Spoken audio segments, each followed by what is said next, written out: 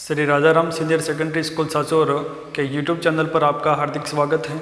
इस वीडियो में हम RBSE class 10th subject mathematics में चैप्टर नंबर 6 त्रिकोणमिति अनुपात ट्रिग्नोमेट्री रेशियो के बारे में अध्ययन करेंगे और देखते हैं इसमें त्रिकोणमिति अनुपात क्या होता है। त्रिकोणमिति अनुपात नाम से पता चलता है। त्रिकोणमिति तीन कोणों का मापन, या फिर ऐसे इंग्लिश में अलग अलग इसको करो ट्राइगोनमेट्री, तीन भुजाओं का मापन। और इसका यदि समग्र अध्ययन करें तो क्या बनता है कि त्रिकोणमिति जो अनुपात होता है वो कोई भी राइट एंगल ट्रायंगल समकोण त्रिभुज में एक कोण समकोण होगा और दो कोण क्या होंगे, न्यून कोण। अभी हम इसका परिचय भी देखेंगे। तो किसी भी समकोण त्रिभुज में कोई भी न्यून कोण के सापेक्ष उनकी कोई भी दो भुजाओं का जो अनुपात होगा वही त्रिकोणमिति अनुपात हो सकता है। ठीक है, तो सबसे पहले मैं तो ये देखता हूँ कि समकोण त्रिभुज क्या होता है, देन उसके बाद फिर इसकी डेफिनेशन पे आएंगे। तो समकोण त्रिभुज का परिचय देखते हैं। समकोण त्रिभुज में यदि इसके डायग्राम की बात करूँ तो कुछ इस टाइप का बन सकता है। ठीक है, और भी कैसा भी हो सकता है, लेकिन तब तक ये साइन नहीं होगा तब तक हम इसको समकोण त्रिभुज का दर्जा नहीं देंगे। ये कोण समकोण हो गया तो ये और ये कोण कैसे हो सकते हैं, दोनों न्यून कोण होंगे। ये भी 90 से छोटा होगा और ये भी 90 से छोटा होगा। मेरे हिसाब से 10वीं वाले बच्चों के लिए एक अच्छी जानकारी है। क्या जानकारी है कि समकोण त्रिभुज में ये सभी जो साइड होती है, भुजाएं होती है, इनका नामकरण क्या होता है। देखिए, सबसे बड़ी भुजा होती है कर्ण। ठीक है, इंग्लिश में इसको कहते हैं हाइपोटेनियस। और इसकी जो आइडेंटिटी है, पहचान है, वो 90 डिग्री के सम्मुख भुजा। ठीक है, सम्मुख भुजा 90 डिग्री के सम्मुख भुजा। 90 डिग्री जहाँ बना होगा उसके सामने देख लीजिए जो भी भुजा होगी वो अपना हाइपोटेनियस कर्ण होगा। देन उसके बाद लेते हैं लंब। लंब को इंग्लिश में कहते हैं परपेंडिकुलर। परपेंडिकुलर हमेशा, यदि मैं 90 डिग्री से छोटा ये न्यून कोण गिन लूँ, एक्यूट एंगल कौन सा है, तो जैसे मैंने थीटा ये मान लिया तो अपन कहेंगे न्यून कोण के सापेक्ष या न्यून कोण के सम्मुख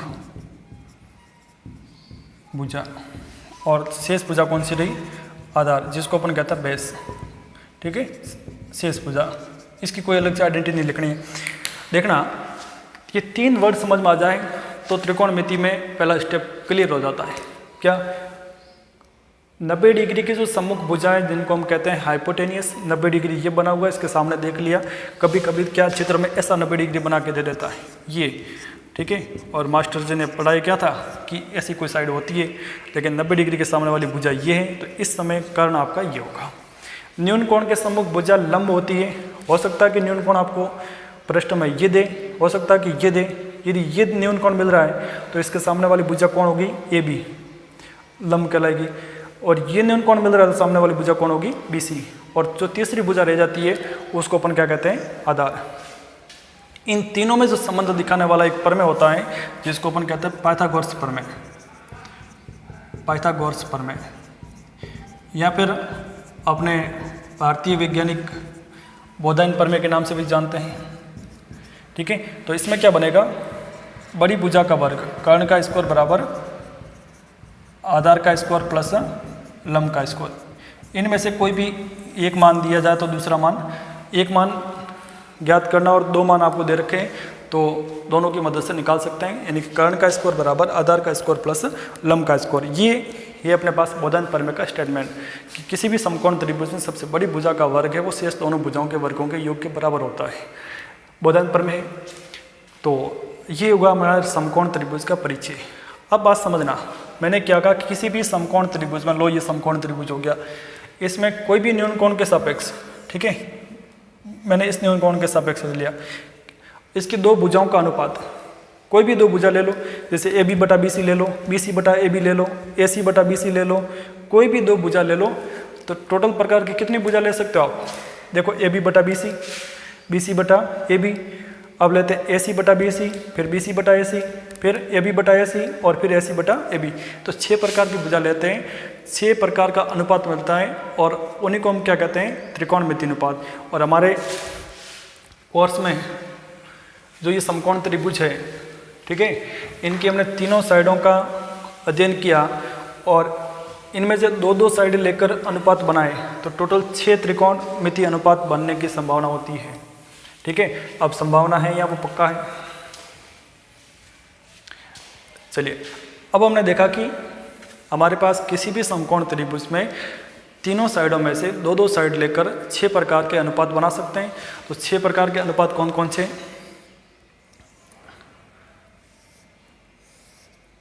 ये 90 डिग्री, तो ये BC बन गया। आप देखना, पहला अनुपात बनता है साइन थीटा, दूसरा अनुपात बनता है कॉस थीटा, तीसरा त्रिकोणमितीय अनुपात बनता है टेन थीटा, चौथा कॉट थीटा, सेक थीटा और लास्ट में कोसेक थीटा। ठीक है, अब ये 6 मैंने अनुपात लिखे तो ज़रूर ये जो साइन थीटा है वो इस थीटा के रेफरेंस में इसकी कोई भी दो भुजाओं का अनुपात होगा।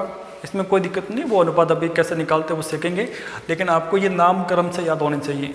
ये सबसे पहला अपना लड़ाई है। ठीक है, कि sine cos tan cot sec cosec कैसे याद करें, कैसे कुछ याद नहीं करना, 6-7 बार बोलना है, आलते जाते बोलते रहिए। प्रश्न जब भी त्रिकोणमितीय अनुपात का दिमाग में आए तो पहले ये इनका उच्चारण कीजिए, जप कीजिए।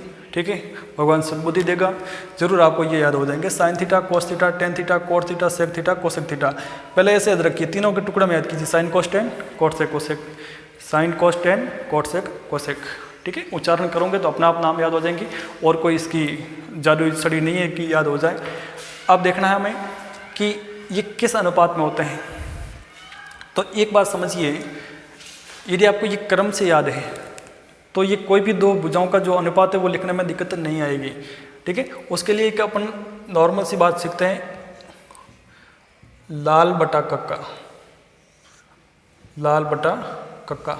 लाल बोले तो LL और के, हालांकि इसका कोई मतलब नहीं होता है, लेकिन अपना काम बहुत कुछ आसान कर देता है, इसलिए लिखते हैं लाल बटा कक्का। ठीक है, L फॉर लंब, इंग्लिश में परपेंडिकुलर कहते हैं, लेकिन हमारे सीखने के तरीके में इसको L फॉर लंब, A फॉर आधार और K फॉर कर्ण। ठीक है, लाल बटा कक्का नाम याद रह जाएगा, LL बटा के। अब आपने ये याद कर दिए, sine cos tan sec, sine cos tan cot sec cosec. तो फिर लाल बटा कक्का में कैसे सेट करना है, यहाँ लिख लूँगे साइन थीटा, या लिख लूँगे कोस थीटा, या लिख लूँगे टेन थीटा, या लिख लूँगे कोट थीटा, या लिख लूँगे सेक थीटा और यहाँ लिख लूँगे कोसेक थीटा। क्रम से साइकिल में लिखना है, sine cos tan cot sec cosec. अब मैं इन सभी के अनुपात लिख सकता हूँ। कैसे? साइन थीटा क्या होता है? लंब बटा कर्ण, ऐसे लिखना है ना, लंब बटे कर्ण। एल बटा के मत लिखना, एल बटा के का कोई वास्तविक मीनिंग नहीं है, केवल हम समझने की दृष्टि से लिख रहे हैं कि लंब बटा कर्ण है। दूसरा कोस थीटा, आप देखोगे ए बटा के, आधार बटा कर्ण, टेन थीटा लंब बटा आधार। ठीक है, और टेन थीटा के बाद फिर देखोगे कोट थीटा, कोट थीटा को कैसे पढ़ना, आधार बटा लंब। सेक थीटा को कर्ण बटा आधार और कोसेक थीटा को कर्ण बटा लंब। तो कोट थीटा को लिखूंगे आधार बटा लंब, सेक थीटा को लिखूंगे कर्ण बटा आधार और कोसेक थीटा को लिखूंगे कर्ण बटा लंब। तो इस टाइप से लिख लेंगे और ये अपने पास टोटली भुजाओं का अनुपात हो गया। अब देखो लंब बटा कर्ण, तो इसमें लंब कौन है? इसमें लंब कर्ण और आधार। ठीक है, लंब कर्ण और आधार देख लेते हैं, वापस लिख लेते हैं, लंब कर्ण और आधार। सबसे पहले मैंने कहा कर्ण, कर्ण कौन है? BC। ठीक है, लंब कौन है? न्यून कोण के सम्मुख भुजा AC और आधार कौन है? AB। ठीक है, तो ये तीनों भुजा हैं। अब लंब बटा कर्ण, लंब अपने पास क्या आ गया है? AC, कर्ण क्या है? BC, तो AC बटा BC, यानी कि कोई भी दो भुजाओं का अनुपात हो गया। आधार क्या है? AB, कर्ण क्या है? BC। उसके बाद देखोगे टेन थीटा लंब बटा आधार, लंब क्या है? AC, आधार क्या है? AB, आधार बटा लंब तो AB बटा AC। ठीक है, कर्ण बटा आधार, तो कर्ण क्या अपने पास? BC बटा आधार, आधार देखा अभी AB, और कर्ण बटा लंब यानी कि AB बटा AC, कर्ण बटा यानी कि BC बटा AC हो जाएगा। ठीक है। तो ये हुआ कुल मिला के पहला कॉन्सेप्ट कि त्रिकोणमिति अनुपात क्या होता है। ठीक है, तो त्रिकोणमिति अनुपात क्या होता है, किसी भी समकोण त्रिभुज में किसी भी न्यून कोण के सापेक्ष उनकी कोई भी दो भुजाओं का जो अनुपात होता है वो त्रिकोणमिति अनुपात कहलाता है, जिनको अपन प्राय sine theta, cos theta, tan theta, sec theta और कोसेक थीटा से दर्शाते हैं। ठीक है, उसके बाद अपन कुछ और पढ़ लेते हैं। अब देखिए एक और मैं थोड़ा बहुत इसके नामों के बारे में बता दूं। ये साइन थीटा लिखा हुआ है, साइन, और ये थीटा। ये जो थीटा शब्द है, ठीक है, थीटा शब्द है, ये ग्रीक वर्ड है। ये क्यों दर्शाया जाता है, ग्रीक अल्फ़ाबेट में आता है, जैसे अपनी अल्फ़ाबेट होती है इंग्लिश अल्फ़ाबेट, इसी प्रकार के ग्रीक अल्फ़ाबेट में थीटा शब्द प्रयुक्त किया जाता है। अब समझना, साइन के बगल में ये जो लिखा हुआ है ये क्या कहलाता है, कोण। तो थीटा को अपन कोण को दर्शाने के लिए यूज करते हैं। अब साइन के बगल में या मैं एक्स लिख लूँ, ठीक है, तो यहाँ कोण कोण बन जाएगा एक्स। साइन के बगल में वाई लिख लूँ तो कोण क्या बन जाएगा, वाई। तो कहने का मतलब है कि साइन के बगल में जो भी लिखा हुआ है वो कोण है। साइन की बात कर रहा हूँ, इसका मतलब मैं सभी की बात कर रहा हूँ एक साथ। क्लियर, इसका तात्पर्य ये नहीं है कि साइन गुणा थीटा, ये इसका मतलब नहीं होता है। ठीक है, साइन थीटा का मतलब है कि न्यून कोण क्या है, थीटा। हम न्यून कोणों की त्रिकोणमिति अनुपात पढ़ते हैं अपने कक्षा 10वीं तक।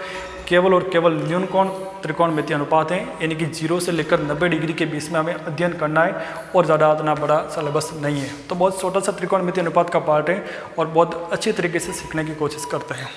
क्लियर, तो ये वर्ड हमें पता चल गया कि साइन थीटा को किस प्रकार पढ़ा जाता है।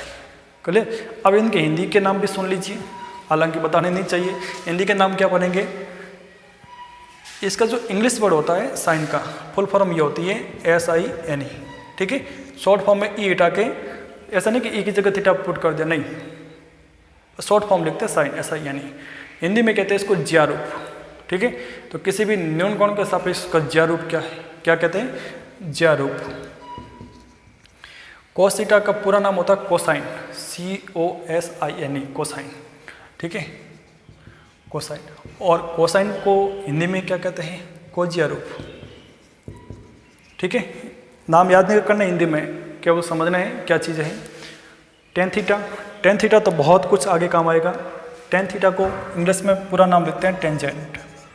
ठीक है, और हिंदी में पढ़ते हैं इसको स्पर्शज्या। ठीक है, फिर कोट थीटा को कोटजेंट पढ़ते हैं, सेक थीटा को सेकेंट पढ़ते हैं और कोसेक थीटा को कोसेंट पढ़ते हैं। अब कोट थीटा क्या होता है, व्युत्क्रम स्पर्शज्यारूप। आपने यदि बात नोट की हो, टेन थीटा क्या होता है, लंब बटा आधार, और कोट थीटा होता है आधार बटा लंब, यानी कि टेन और कोट एक दूसरे के उल्टे होता है। इसलिए अपन क्या कहेंगे कि कोट थीटा वो व्युत्क्रम स्पर्शज्यारूप है। ठीक है, सेक थीटा और कोस थीटा एक दूसरे के व्युत्क्रम होते हैं, इसलिए सेक थीटा को कहूँगा व्युत्क्रम कोज्यारूप, और कोसेक थीटा और साइन थीटा एक दूसरे के व्युत्क्रम होते हैं, इसलिए मैं कोसेक थीटा को क्या कहूँगा, व्युत्क्रम ज्यारूप। ठीक है, तो ये हिंदी शब्दावली थी।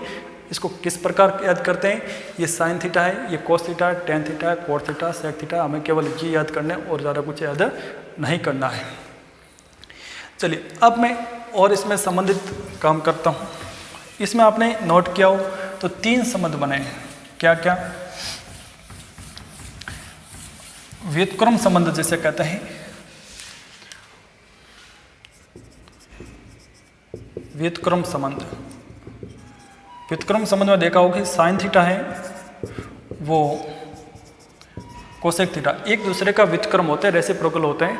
Sign theta is equal to 1/कोसेक थीटा, या इसको मैं ऐसा लिख सकता हूँ कि कोसेक थीटा बराबर 1/साइन थीटा। क्लियर, पहली बात। दूसरी बात आपने देखा कि टेन थीटा और कोट थीटा एक दूसरे के व्युत्क्रम होते हैं, या फिर कोट थीटा बराबर 1/tan थीटा लिख सकता हूँ, कोई दिक्कत नहीं है। और तीसरी बात आपने देखा हो कि कोस थीटा और सेक थीटा, हालांकि उल्टा लिख लिया कोई दिक्कत नहीं है, कोस थीटा और सेक थीटा, या फिर सेक थीटा है वो कोस थीटा का व्युत्क्रम होता है। ठीक है, तो ये भी हमें दूसरी बात याद रखनी है। पहली बात तो होगी कि त्रिकोणमितीय अनुपातों के नाम और उसके अनुपात क्या होते हैं वो हमें समझ में आना चाहिए। जैसे tan थीटा मैंने बोला लंब बटा आधार, ये आपके दिमाग में आना चाहिए। पहले आप लिख के याद करोगे, ठीक है, अपने आप धीरे धीरे ये मुख्य जबान हो जाएंगे। फिर व्युत्क्रम संबंध, जैसे वो आपने पढ़े आराम से, तो tan थीटा आपने देखा कि लंब बटा आधार, cot थीटा देखा कि आधार बटा लंब, तो ये एक दूसरे के व्युत्क्रम है। तो tan theta is equal to 1/cot theta, या फिर cot theta is equal to 1/tan theta.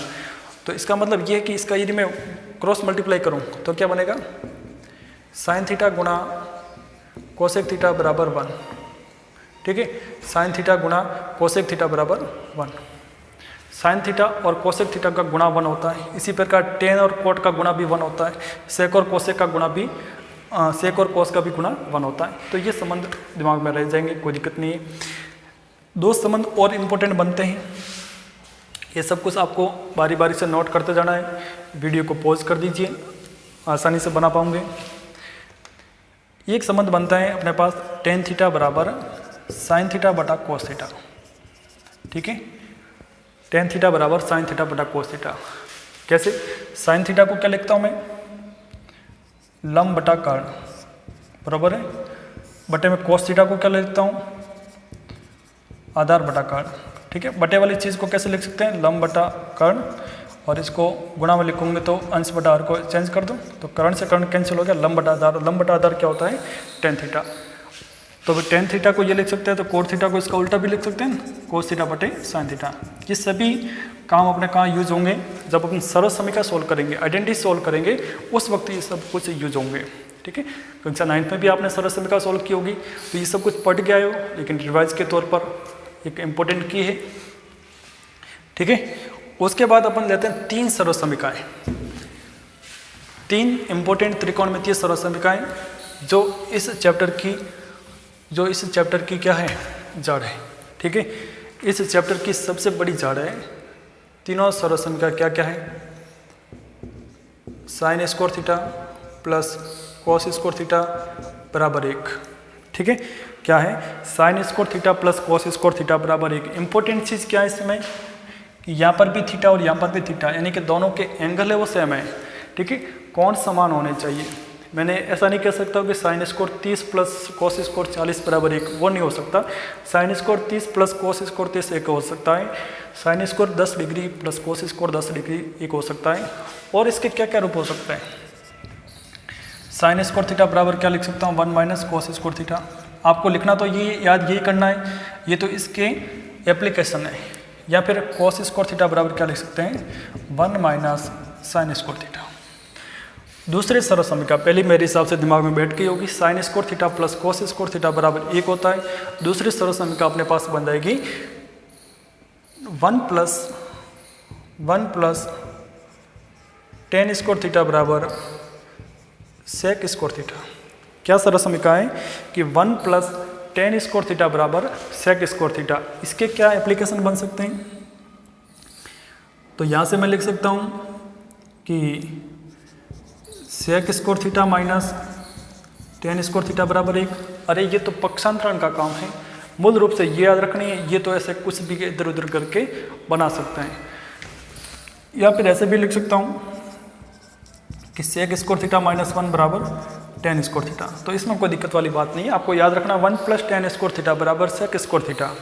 और तीसरी सरल समीकरण अपने पास बनती है 1 प्लस cot स्क्वायर थीटा बराबर cosec square theta. 1 plus cot square theta बराबर कोसेक स्क्वायर थीटा। यहाँ से चीज़ क्या बन जाएगी, कोसेक स्क्वायर थीटा बराबर कोसेक स्क्वायर थीटा माइनस 1 बराबर cot स्क्वायर थीटा। या फिर इसको ऐसे लिख सकते हो कि कोसेक स्क्वायर थीटा माइनस 1 बराबर cot स्क्वायर थीटा। चलिए ये तो ठीक है, तीनों सरल समीकरण हमारे पास सामने आ गई। पहली सरल समीकरण sine square theta plus cos square theta बराबर 1, दूसरी सरल समीकरण 1 प्लस tan स्क्वायर थीटा बराबर सेक स्क्वायर थीटा, और तीसरी सरल समीकरण 1 प्लस cot स्क्वायर थीटा बराबर कोसेक स्क्वायर थीटा। तो अभी तक हमने क्या क्या सीखा है, अभी तक हमने क्या क्या सीखा है, पहले तो देखा है कि त्रिकोणमितीय अनुपात क्या होते हैं, उनकी डेफिनेशन सीखी है, ठीक है। त्रिकोणमितीय अनुपातों को किस प्रकार किसी समकोण त्रिभुज में शो करते हैं वो सीख लिया है कि जैसे साइन थीटा लंब बटा कर्ण, कोस थीटा आधार बटा कर्ण, टेन थीटा लंबवत आधार, फिर कोट थीटा, सेक थीटा और कोसेक थीटा के बारे में, फिर उसके बारे में व्युत्क्रम संबंध देखा, ठीक है। साइन थीटा कोसेक थीटा का व्युत्क्रम होता है, टेन थीटा कोट थीटा का व्युत्क्रम होता है और कोस थीटा सेक थीटा का व्युत्क्रम होता है।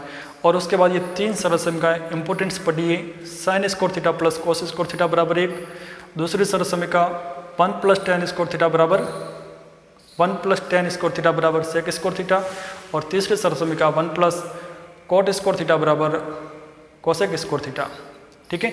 आज के लिए इतना ही करेंगे। नेक्स्ट वीडियो में हम त्रिकोणमिति अनुपातों की टेबल बनाएंगे, कुछ विशिष्ट त्रिकोणमिति अनुपात लेंगे जिसमें 0 degree, 30 degree, 45 degree, 60 degree, 90 degree, इस टेबल को लर्न करेंगे और फिर इसके विशिष्ट प्रकार के एग्जाम्पल लेंगे। तब तक के लिए धन्यवाद।